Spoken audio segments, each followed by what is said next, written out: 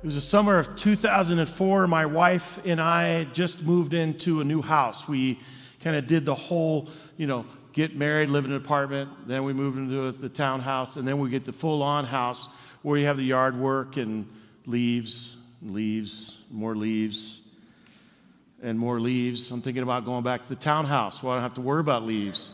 Maples are beautiful. They are. They're very beautiful. I love maples, but they need to clean up after themselves. But we're busy turning this house into a home.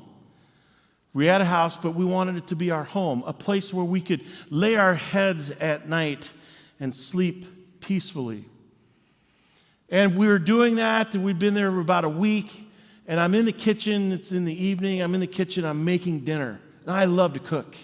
Making dinner, getting all the right spices and all the right ingredients ready to go. And there was a knock at the door. And an unexpected knock, but now we're in a neighborhood. We have neighbors, so I guess maybe someone came over. And I run to the door because I don't want my dinner to burn. So I run to the door, open it up, and there's this 5 or 7-year-old little girl standing there looking at me. And she's like, and I'm like, she wasn't expecting me. She wasn't expecting me. She was expecting the former owners. The former owners had a little girl as well, and she'd probably, I thought, come to play with their daughter. And she was shocked, and she kept looking behind me to see, well, aren't they here? Aren't they here? No, they're not here. It's us. And I don't think you want to play with my 2-year-old son. And I said to her, hey, thank you for coming. We moved in. We're brand new here. I said, but it's dinner time. You might want to run home and get dinner with your family. And she kind of backs away from our doorstep, and she kind of backs away. And as I close the door, the neighbor just next to us yells over to her, and this little girl runs across our lawn over to the neighbors. And I close the door. I finished our dinner. It was amazing. It was an amazing dinner. And we went to bed peacefully that night. Well, a couple days later, I'm in the backyard because now we have a big house and we have yard work to do. And so I'm out there, and that neighbor who called that little girl over to her house was out there as well. And I went over to her and I said, can you tell me the story? This little girl came up to us, and I think she thought that, we were the previous owners. And she goes, oh, well, no, actually, around this time of night, Angel, she kind of goes to some trusted houses. See, her mom has 3 jobs, and she's usually not home for dinner. And so this little girl doesn't get dinner unless she comes to one of our houses. So I yelled her to come over so we could feed her dinner. I turned away a hungry kid from my door. And one of the other things about this story that makes it even harder is that my neighbor told me what this little girl's name was. This little girl is named Angel. I turned away a hungry angel from my door. Now, I have some excuses, right? I have some excuses. I didn't know. How am I supposed to know? I didn't know what was going on. I had no idea what was going on in that neighborhood. And to be honest with you, that was the first time I really understood that there were hunger issues in the suburbs. I didn't realize that, and it opened my eyes to this whole new reality I'm living in a neighborhood where kids don't have food at dinner time. I could not have any more. The excuses went away. I couldn't live into those excuses anymore. I knew what was going on. I knew what was happening. But what if you and I know that there are hungry people out there, and we still spend lots of time and energies, let's say, in our own kitchens, right? Making our own dinners. Where are the excuses then? Well, here at Prince of Peace, we don't live into those excuses. Here at Prince of Peace, we feed people. Our mission outpost feeds thousands and thousands and thousands of people every year. We are focused on their physical hunger, and that effort continues in earnest here. But there's also a different kind of hunger out in the world. It's a different kind of hunger, a different kind of hunger that can be just as devastating, and it's a spiritual hunger. People are seeking spiritual food. You guys are here this morning because there's something in you that's seeking deeper spiritual life. You're here with us. We're making dinner together, right? We're making dinner. You're seeking spiritual food. But there are also lots of other people out in our world that are seeking spiritual food too that aren't here. They're not here. Are we busy making our own dinner? Are we busy kind of looking in our own kitchen? Or are we opening the door and saying, come on in to all these angels that are out in the world? What I just described is the story of Zacchaeus, a part of it, and it's the story of us. If you grew up in the church, you know the song. Zacchaeus, what was he? He was a wee little man.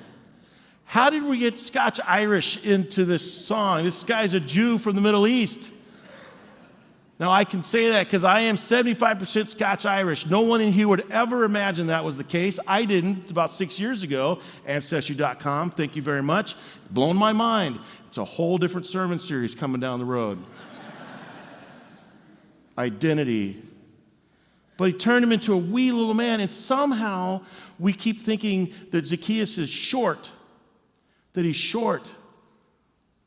Well, Zacchaeus might not have been a short guy, but to the crowd that was gathered around Jesus, who would not let Zacchaeus see Jesus, because they thought so little of Zacchaeus. They thought so little of Zacchaeus that they didn't let him see Jesus. Jesus comes to town.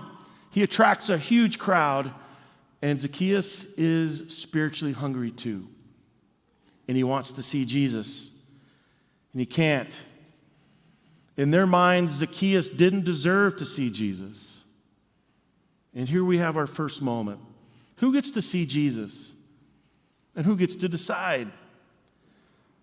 In the Gospel of Luke, leading up to the story of Zacchaeus, there's lots of other stories of how society had shunned other people. There's a story about a widow. There's a story about young people. There's a story about a tax collector, and a story about a blind man. All who were shunned, but Jesus saw them. Jesus saw them. They were seen by Jesus. And that's what happens to Zacchaeus. He really, really wants to see Jesus. He does. And he's running along and he's trying to see, but the crowd won't let him in. And he humiliates himself by climbing a tree. No adult would climb a tree. That's kid stuff. Zacchaeus humiliates himself because he's spiritually hungry enough to take a risk. He wants to see Jesus. And now we read in the Gospel of Luke. And when Jesus came to that place, he looked up and said to him, Zacchaeus, come down quickly, because I must stay at your house today. He's eating dinner with Zacchaeus. So he came down quickly and welcomed Jesus joyfully. And when the people saw it, they all complained, he's gone to be the guest of a man who was a sinner. Now, this wasn't just a grumble. This was a full-on complaint. They are yelling at Jesus. Doesn't he know who this guy is? This guy doesn't deserve to see Jesus. But Jesus is about to pick apart their assumptions. They're going to challenge our assumptions as well. Maybe even frustrate us a bit. Jesus is really good at doing that sometimes. Stop it, Jesus. Then Jesus said to him, today salvation has come to this house because he too is a son of Abraham. For the Son of Man came to seek out and save the lost. Salvation, deliverance came to Zacchaeus' house that day, and to all of Zacchaeus' family. That house had now become a home. That house was a home with salvation and deliverance, been restored back into community. Zacchaeus is one of us, Jesus says. And Jesus says, by the way, this is what I do. And this is what I came to do. I came to seek out the lost. And in our English, it says lost, but in the Greek, it actually means destroyed. Jesus says, for I came to seek out and to save what was destroyed. And what was destroyed was Zacchaeus' peace. Zacchaeus didn't have peace. But now after that peace giver came, that peace giver that Jesus is, what peace Zacchaeus must have felt. To know that he was seen, to know that there were people out that cared about him, looking for him, inviting him in. Through it all, saved from destruction by the great peace giver. Well, we're gathered in this place this morning. In many ways, we are a crowd who's come together in a very particular way to know the peace of Jesus. That's what we do. We come together in this place. And yes, we are all spiritually hungry at times, sometimes more than others, but we are gathered in this space to be spiritually filled. And we spend a lot of time here at Prince of Peace in the kitchen cooking dinner that is this.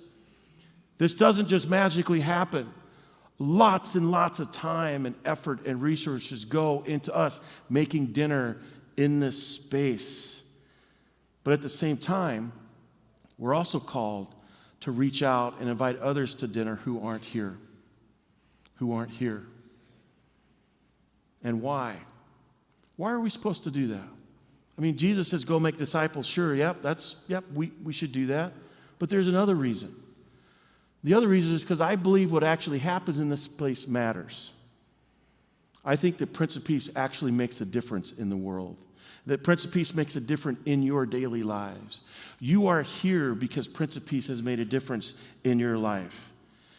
Here at Prince of Peace, we have a very particular way of seeing God and how God's complete and total inclusive love for everybody changes the world. We believe that what we do here at Prince of Peace brings a peace in the world that so desperately needs it. And this is the difference that it makes in people's lives.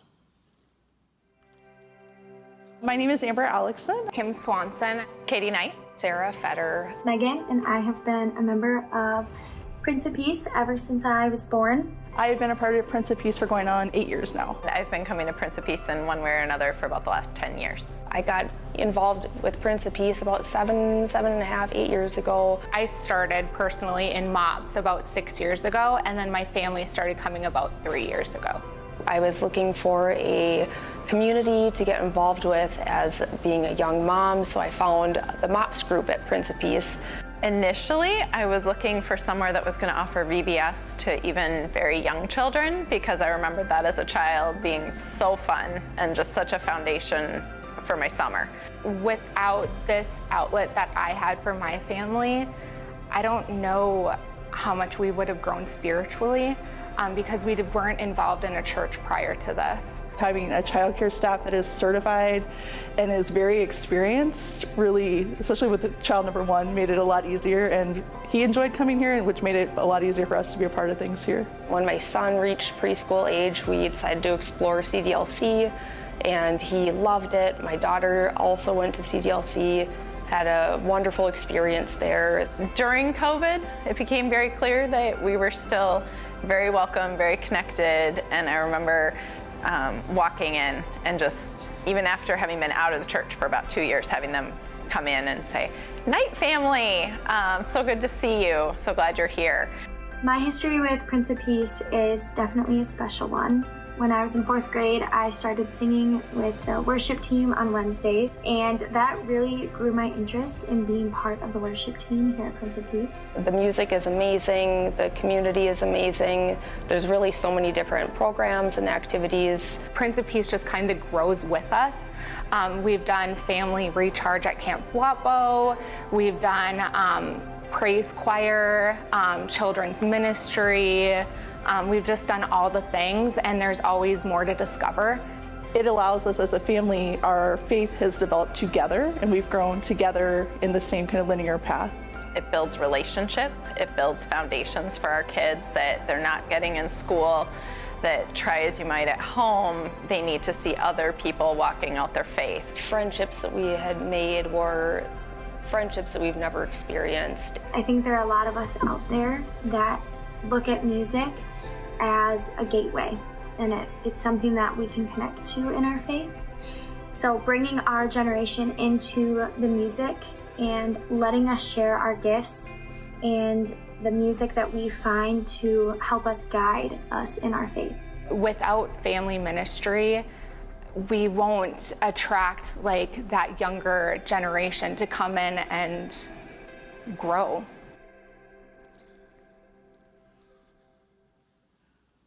Prince of Peace makes a difference in people's lives, but our last speaker was exactly right. If we don't have the ministries in place here to connect with the younger generations, Prince of Peace is not going to be that place that makes a difference in the future. Does anybody know what the average age is in this room? The brass left, so the average age went up. It's no secret.